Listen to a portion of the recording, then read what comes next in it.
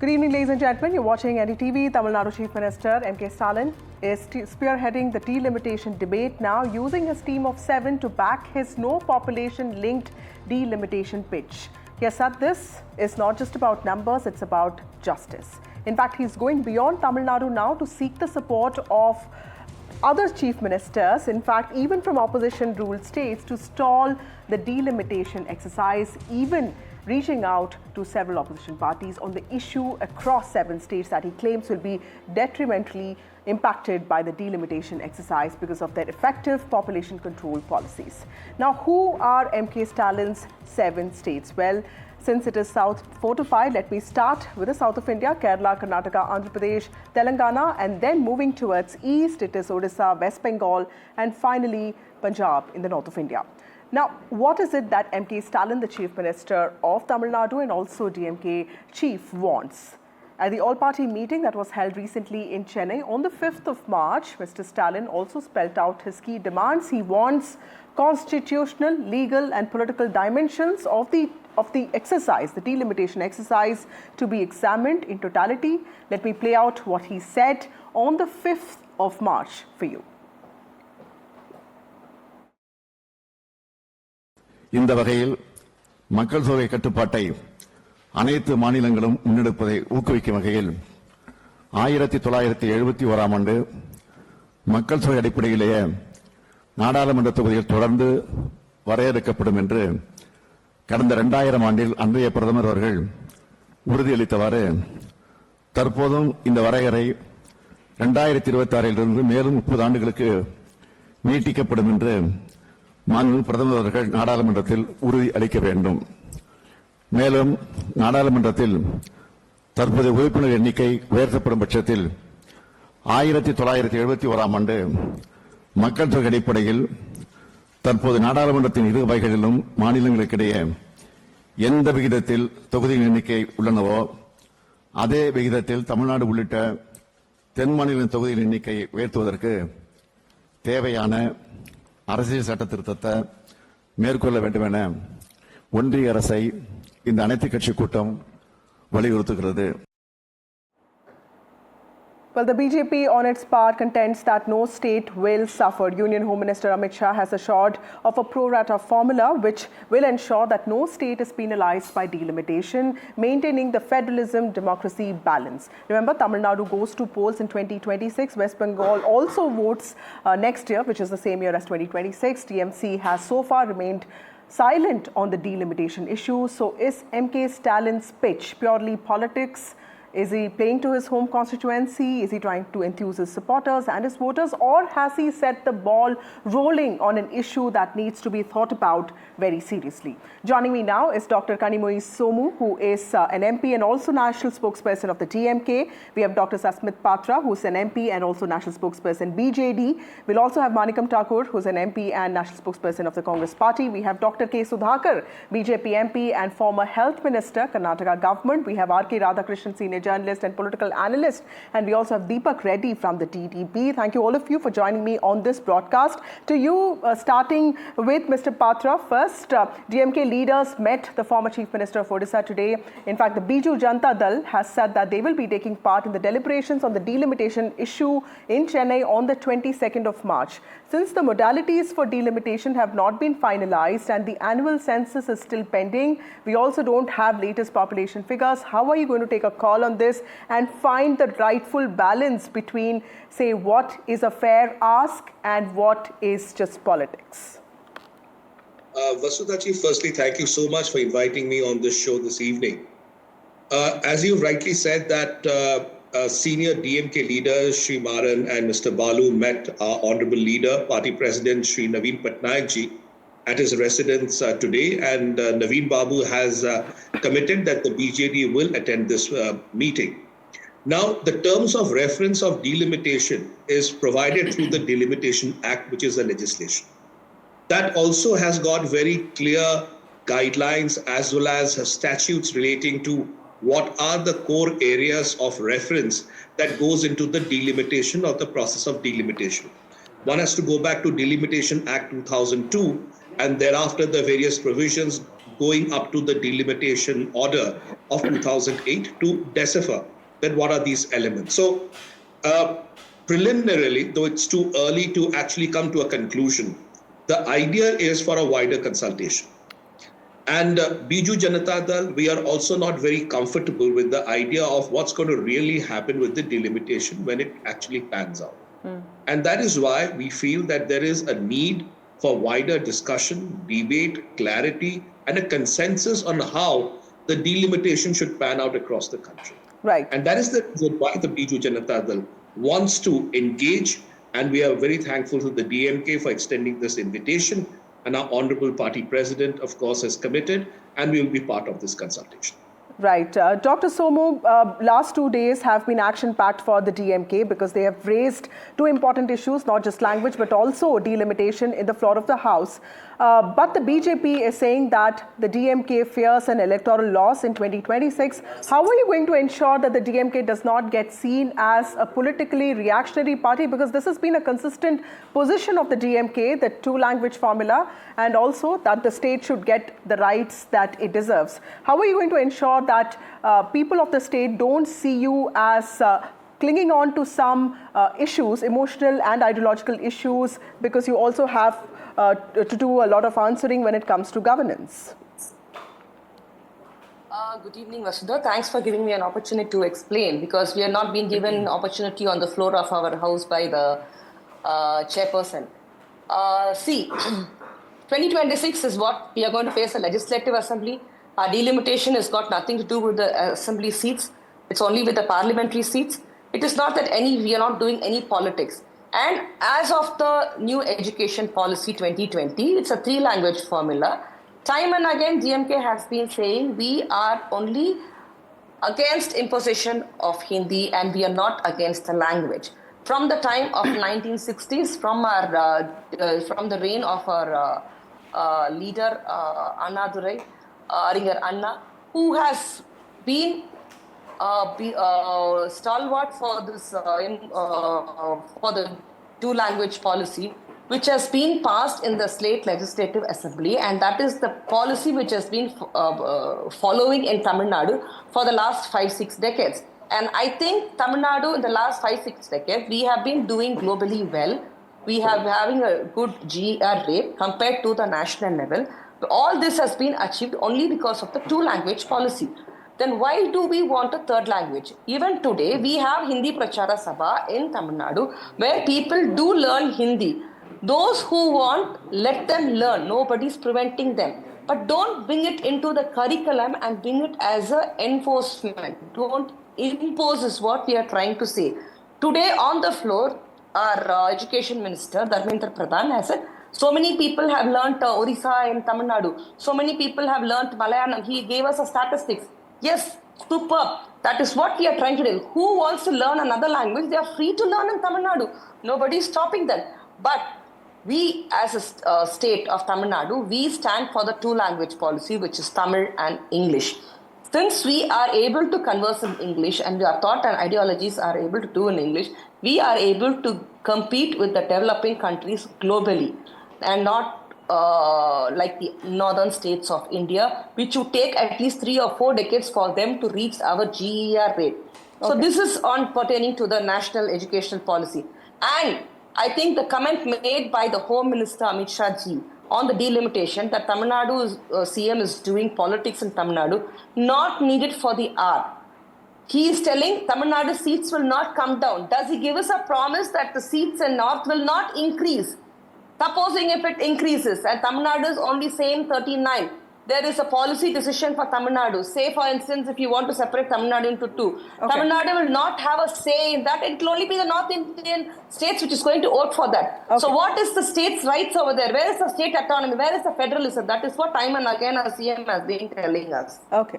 Dr. Sudhakar, you're from Karnataka. You understand what language means because, Karnataka, like Tamil Nadu, also does not see language as just a skill. It is culture, it is civilization. Do you think that the center needs to do far more confidence building when it comes to delimitation, or do you think that the DMK is just raising, these rumors about a fire when there's no smoke? How do you see this issue getting resolved? Because at the end of the day, we've not even had a census yet.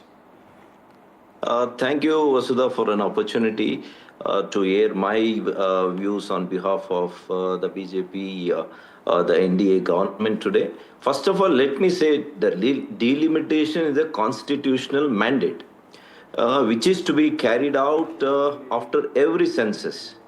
The last census, based on which the number of seats and their boundaries on the basis of the latest population was held. That was in 1971, sorry. When 1951, after 1951, it was in 1961, and the next census was in 1971. The census was fixed, the Lok Sabha seats were fixed at 494, 522 and 543 respectively. When the population was about 36, 43 and about 54 crores then respectively. This broadly translated to an average population of about 7.3, 8.4 and about 10.1 lakh per Lok Sabha seat again respectively. So, in 1971, after that census, it was frozen as per the 1971 census in order to encourage the population control measures so that the states with higher population would not take away with number of more Lok Sabha seats. Right. So now, after 1971 census, we have never gone into the delimitation except for the scheduled castes, scheduled tribes, and now that the women reservation has to be done, according to the kind of parliamentary thing we had done in 2004 and 2018 subsequently, after 2011, there is no census done. And again 2021. 21, the census should have done, but because of the COVID and other factors, it has now been in 26. 26, there is around a lot of discussions going on that there could be a census that could happen in 26. So already the Tamil Nadu, the Chief Minister, it's quite expected because their election is in 2026, that is next year. So obviously it is more of a political issue for him. He wants to make a political issue rather than having a clear dialogue. Okay. When our country's Home Minister has very clearly said that based on pro rata only, the delimitation Ma'am, will I refute happen. this. Okay. Ma'am, I refute this. Dr. Somo, I'll just come back to you. This is not the way we need. Yeah. Yeah. Dr. Sudhakar, just finish your point. I'll go to Dr. Somo in a bit. Yeah, Honorable Home Minister Amit Shah ji very categorically said there will not be any injustice mooted to the South Indian states because they very effectively did carry out the population measures. Okay. Dr. Somo. So, based on pro rata only, even if there is an increase in the Lok Sabha seats or in the assembly seats, the due share for South India would be given. This is what he has categorically said. Right. Dr. Somo, how do you see the Home Minister's assurance? Before I go to Manikam Thakur, who has also joined, and he's an MP from the Congress party. Dr. Somo, quickly, would you like to respond to what Dr. Sudhakar said? See, time and again, there is no politics done by the Tamil Nadu government by our Chief Minister. We are more bothered about our state rights. We need representation in the Union of States the right way. As it is, the numbers in the North Indian side are more, the northern states are more. And now the Home Minister has only told us that the number of seats in Tamil Nadu will not count. But he has never said what is going to be for the other states. For instance, Uttar Pradesh, what if they raise to 140 and we are still in 13.9? What say does the Tamil Nadu have? This is in turn going to affect even the other southern states like Andhra Pradesh, Telugu Desam, Karnataka and Kerala. Without knowing the intricacies of these people, just because they are in alignment with BJP, they cannot say that we are doing politics. It is not doing politics, ma'am. We are more bothered about the state autonomy rights. Okay, Dr. Sutaka, I'll come back to you, but let me just get a comment from from Manikam Thakur. Manikam, thank you so much for joining us. As an administrative exercise, delimitation has to happen, cannot be indefinitely stopped. What kind of political positioning is the Congress going to take in this regard? Because the Congress party, unlike the DMK, cannot be seen as, not really looking at the interest of the Hindi electorate also, and with regard to language. But specifically with regard to delimitation, are you looking at a nuanced positioning so that you don't, in some ways, end up offending your North Indian alliance partners as well? Thank you. I don't see North-South here. The question is in the hands of the way the RSS and the BJP governments has approached the delimitation. That's the fear it has, how the fear has spread like this is about the two delimitations they had carried out in Assam, then in Jammu and Kashmir. Both the delimitation exercise was very kept secret. It was very surprise to many people. And we all know that this is the pattern at which the BJP is going to operate and RSS is going to operate. The fear is that only. The fear for everybody is that we all know that the Honorable Home Minister's statement in Coimbatore about the pro rata issue, and he was vague on it also. He was not ready to clarify it. And what we need is that we have to understand that this should not become a bigger issue where we will be left out with states having more difficulties in working together. The Prime Minister in a federal structure should have, by this time, called for an all chief ministers meeting. He should have conveyed to them that this is the pattern what we are going in, and what is it, or he should ask their suggestions about it. Therefore, it's instead of not moving anywhere, but the government in the past in Assam and JNK experience shows that their secrecy has a problem.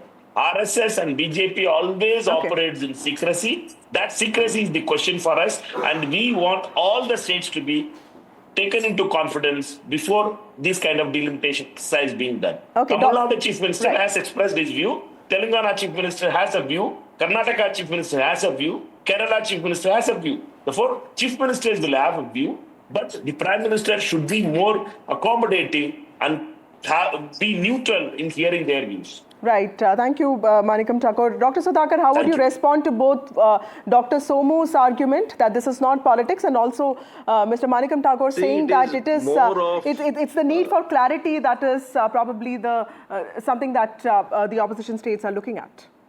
See, it is more of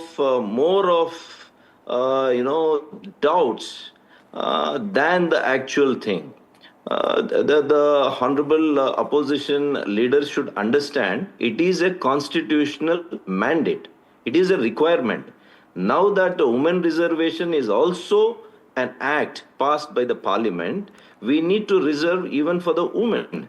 And based on the population and even on the territorial seats that are there in the parliament, we need to distinguish. We need to recreate these seats based on the population, and there are so many other criteria.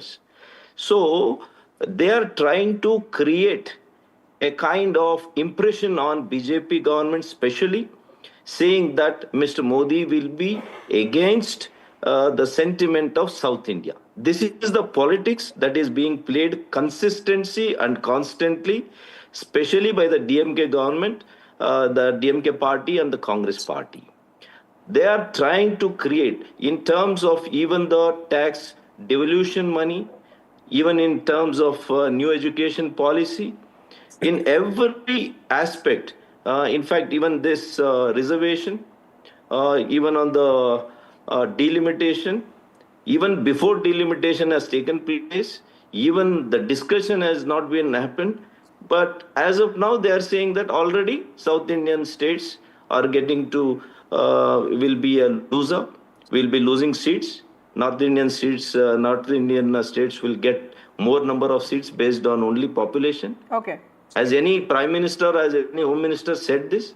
They have, time and again, they have been consistently saying, at any cost, no South Indian state which Will be has really penalized. Okay. performed well and controlled the population, they are not going to be punished. They are not going to be penalized politically. Okay, Mr. Patra, They will give some, yeah. there will be some ways, there is some ways and means of how to protect the interests of South India. And our Honorable Prime Minister, I am very sure that he is going to take this very seriously, and he will ensure that justice is mooted to the South India, just like how all other parts Mr. of India is going to the get. BJD, which has remained neutral so far, how are you going to navigate the politics of this? Because this seems quite polarizing, and because both sides are making really valid points. How is the BJD that has remained neutral so far? It's a smaller party now. How are you going to navigate this and also look at finding a balance between federalism and also the fact that even larger states, even if they have larger population, you can't penalize them, they also need representation. How are you going to find a delicate balance amongst all these issues? Sudhaji, now let's say, for example, Biju Janata Dal, at the moment we have 21 Lok Sabha seats. Let's say you go pro rata basis, and as your numbers also show, from 21 the BJD will get to, Odisha will get to 27, an increase of 7. And your numbers also show that from 80, UP might go up to 120. I was just looking at the charts that are actually booking up. So essentially saying that UP will end up with 120 or 140 seats, and Odisha from 21 will go up to 27. So we will become a smaller microzone in Delhi, and we won't even stand in the scheme of things. Is that what we want as a nation and as a federal structure? Which will mean that if tomorrow 4 North Indian states come together, they will decide who will be the prime minister. That's going to be as it is. And is this how it was envisaged by the founders of our nation? That is where the danger lies. There is a real concern that equitable pro rata basis, when we are saying, which basically means that everybody increases by 30%. But if you were to look at it in absolute terms, somebody who's at 80 and he grows at 30%, imagine the numbers that he actually gains versus someone who's at 21. So it is not so easy as it's being put, it's a pro rata, everybody's going to grow at 30%. Absolute numbers will then define, like, the saying goes, whoever wins UP decides the chief minister. Okay. So tomorrow it will become just like that. So that is why we are concerned that smaller states like Odisha, we will not stand in the national scheme of things. Okay. Manikam Thakur, when it comes to delimitation as a policy exercise, it's an administrative exercise that has to get done. Will the Congress party actually come out with a stronger opinion on actually what needs to be done? Because with regard to several other issues, Rahul Gandhi has spoken in detail as to what needs to be done, what shouldn't be done. But when it comes to delimitation, the lack of clarity or the vagueness that you talk about, does the Congress party have an alternative view on this?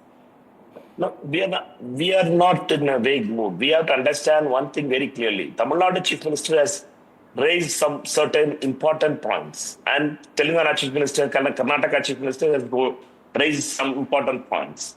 The delimitation, the census exercise is not started. Therefore, only then comes the delimitation exercise. Therefore, we are very clear that the government of India must be open towards all suggestions. They should have taken in the parliament or in outside the parliament, chief minister's level. There should be a discussion with the other political parties. There is no discussion at all. There is a secrecy. The problem with RSS and BJP is their secrecy. When they are secret, they will do some other thing. And my friend Sudhagar is a colleague at parliament also, and he knows that thing that we are open towards the whole issue. But our fear is that what happened in Jammu and Kashmir, what happened in Assam is the fear. Because RSS and BJP has already worked on a plan to reduce seats for the religious minorities in that states. Therefore, we need to understand that there is the secrecy of RSS and BJP is our problem.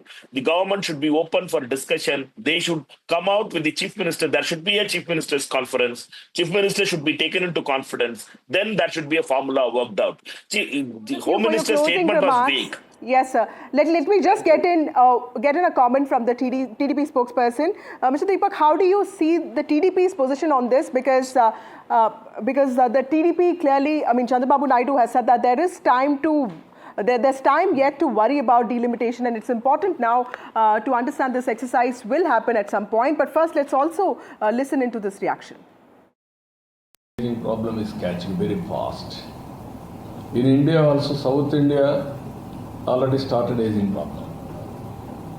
North India, there is one advantage, only 2 states, Bihar and UP. That is a welcome sign. We are all thinking that is a disadvantage, is an advantage now.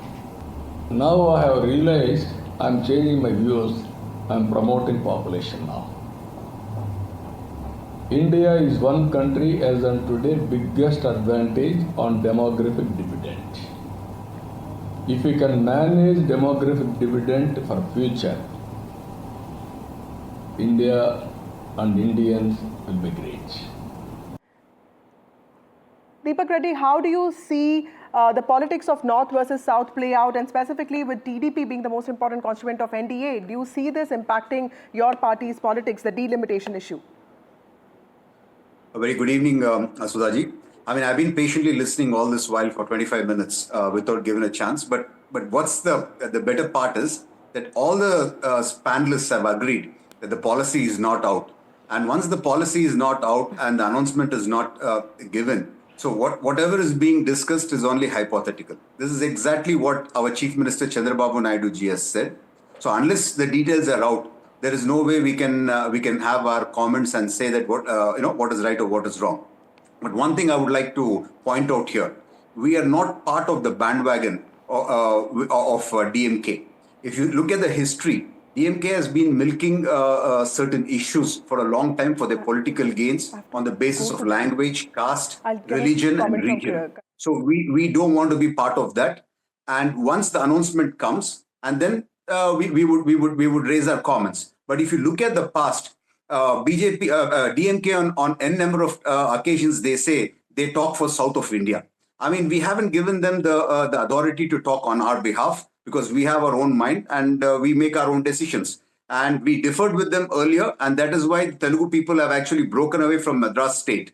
So let us make one thing very clear. The BJP has clearly said that we are not going to lose our current numbers. So the details have to be out. Once the details are out, then we would be in a position to take it further. And we have full confidence on BJP, and we would be working with them. But definitely we are not going to be part of any initiative being led by DMK because we doubt their motives and intentions. Okay. They are doing it for political gains for the elections which are coming up. Yes.